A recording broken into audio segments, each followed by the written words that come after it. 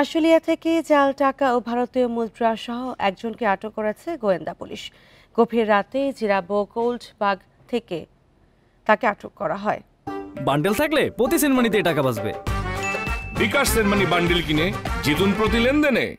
ঢাকা জেলার উত্তর গোয়েন্দা পুলিশের ওসি জালাল উদ্দিন জানান, গোপন সংবাদের ভিত্তিতে এই এলাকায় অভিযান চালান তারা। এ সময় সেখান থেকে জাল টাকার ব্যবসায়ী রফিক মিয়াকে আটক করা হয়। এ সময় তার কাছ থেকে উদ্ধার করা হয় জাল 1,16,000 টাকা এবং 39,500 জাল রুপি। আটক রফিক মিয়া জাল টাকা ও রুপি সংগ্রহ করে দেশের বিভিন্ন স্থানে সরবরাহ করতেন। এ চক্রের বাকি সদস্যদের আটকের চেষ্টা চলছে বলেও জানায় পুলিশ।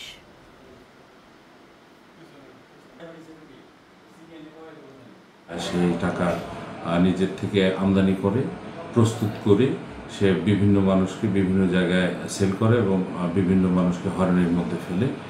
সে এই পেশাতেই দীর্ঘদিন যাবৎ নিজেকে নিয়োজিত রাখছে।